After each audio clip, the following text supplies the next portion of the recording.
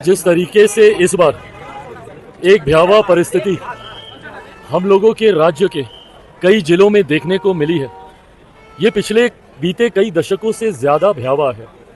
पड़ोसी देश में जिस तरीके से बाढ़ की वजह से एक विकराल परिस्थिति वहाँ पे भी बनी है, पर जिसका असर हम लोगों के राज्य बिहार के लगभग 12-13 जिलों में हम लोगों को देखने को मिला। इसी का संज्ञान लेने और ज़्यादा से ज़्यादा मदद में तीव्रता दिलाने के उद्देश्य से कल से हम लोग कोसी के इलाके में ही हैं। कल रात्रि का प्रवास भी हम लोग का वहीं था और आज भी बाढ़ से प्रभावित कई जगहों का हम लोगों ने जायज़ा लिया।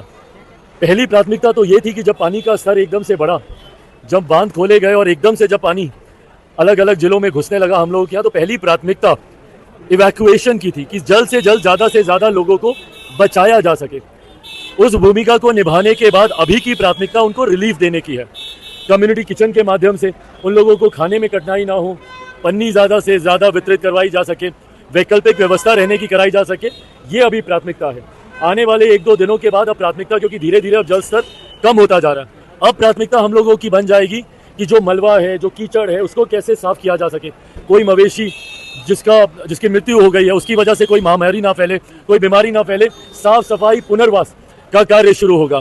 ग्रामीणों में, क्योंकि ये यकायक उत्पन्न हुई एक स्थिति थी, ग्रामीणों में इस बात को लेकर भय भी था, चिंताएं भी थी। कई जगह पर इस बात का अनुभव हम लोगों ने भी किया कि चीज़ों में और हम लोगों को तत्परता लाने की ज़रूरत है। उसके लिए भी तमाम उचित निर्देश मैं स्वयं वहाँ पर देकर आया हूँ, स्थानीय प्रशासन के साथ भी। आज सुबह भी हम लोगों ने बैठक की, अलग अलग जिलों के डीएम, एसपी, तमाम अधिकारियों के भी लगातार हम लोग संपर्क में हैं। प्रयास ये है कि असुविधा लोगों को कम से कम हो और जल्द उन लोगों का पुनर्वास हो, इस दिशा में अब हम लोग कार्य करेंगे।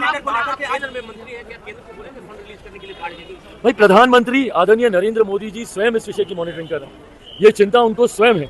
और आने वाले दिनों में ये विश्वास मैं केंद्र की तरफ से आप लोगों को दिलाता हूं कि जितने फंड की जरूरत होगी, पुनर्वास की स्थितियों को वापस नॉर्मलसी की ओर लेके जाने के लिए वो तमाम कार्य किए जाएंगे। मेरे प्रधानमंत्री इन तमाम विषयों को लेकर प्रतिबद्ध हैं। हम लोग उनमें से नहीं है जो कि चुनाव के वक्त शक्ल दिखाएं और उसके बाद आप दूसरी जगह आप व्यस्त रहें।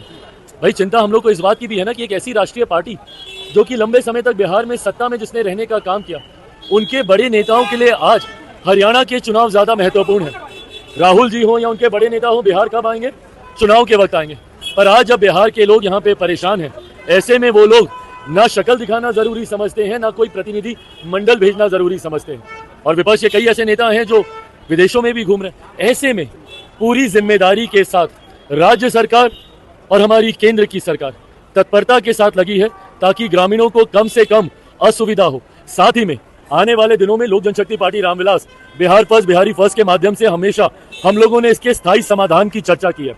मैं बहुत जल्द वापस जाकर प्रधानमंत्री जी से भी और मेरे मुख्यमंत्री जी से भी हम लोग बातचीत कर नदियों को जोड़ने की योजना पर जब तक कार्य नहीं होगा, साल दर साल इस तरीके की तस्वीरें हम लोग के सामने आती रहेंगी।